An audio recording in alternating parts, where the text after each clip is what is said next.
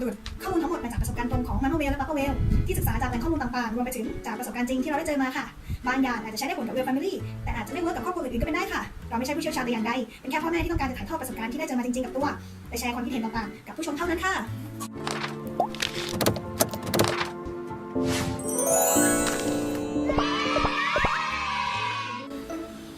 สวัสดีค่ะกลับมาเจอกับมาม่าเวลอีกแล้วนะคะ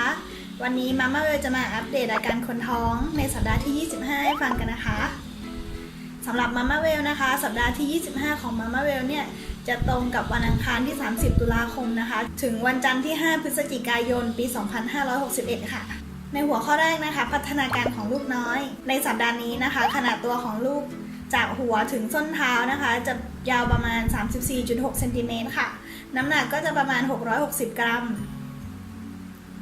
ความจำของลูกกำลังพัฒนาอยู่เรื่อยๆนะคะตอนนี้สัปดาห์นี้ลูกจะเริ่มจำเสียงของคุณพ่อคุณแม่ได้แล้วนะคะพัฒนาการของคุณแม่ท้องของคุณแม่นะคะจะโตขึ้นเรื่อยๆเช่นกันค่ะ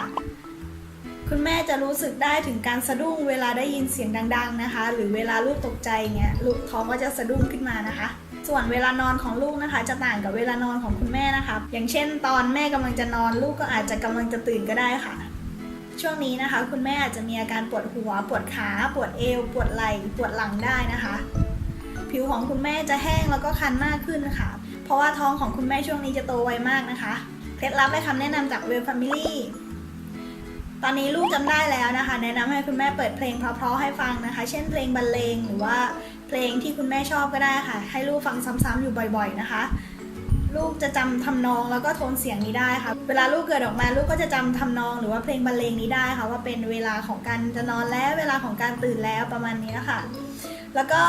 พยายามพูดคุยกับลูกเป็นประจำนะคะบอกลูกว่ากำลังทำอะไรอยู่เช่นกำลังตะแคงขวา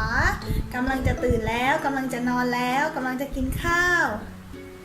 กำลังจะเล่านิทานแล้วก็ตอนก่อนนอนนะคะหากเป็นไปได้ก็อาจจะเล่านิทานก่อนนอนให้ลูกฟังทุกคืนพูดคุยกับลูกก่อนที่จะนอนลูกจะจำเสียงพ่อแม่ได้แล้วค่ะพอลูกจำเสียงของพ่อกับแม่ได้แล้วอ่ะพอเวลาเราไปคุยกับเขาอะค่ะเขาก็จะดิ้นตอบโต้นะคะว่าเขาได้ยินเสียงแล้วประมาณนี้หากรู้สึกว่าผิวแห้งแล้วก็รู้สึกคันนะคะทาครีมนวดนะคะแทนการเกาก็อาจจะช่วยให้รู้สึกดีขึ้นได้ค่ะปวดเมื่อยตามตัวนะคะแนะนำให้คุณแม่ลองเปลี่ยนท่านั่งดูค่ะออกไปเดินบ้างไปเดินเบาๆออกกำลังกายเบาๆนะคะในสัปดาห์นี้นะคะมาม่าเวลมีนัดไปฝากครรภ์ในครั้งที่5ในวันที่30ตุลาคมด้วยค่ะก็เป็นปกตินะคะก็คือได้แคลเซียมมาแล้วก็ไตรเฟอรีนมานะคะและนัดอีกทีอีก4สัปดาห์ข้างหน้าค่ะ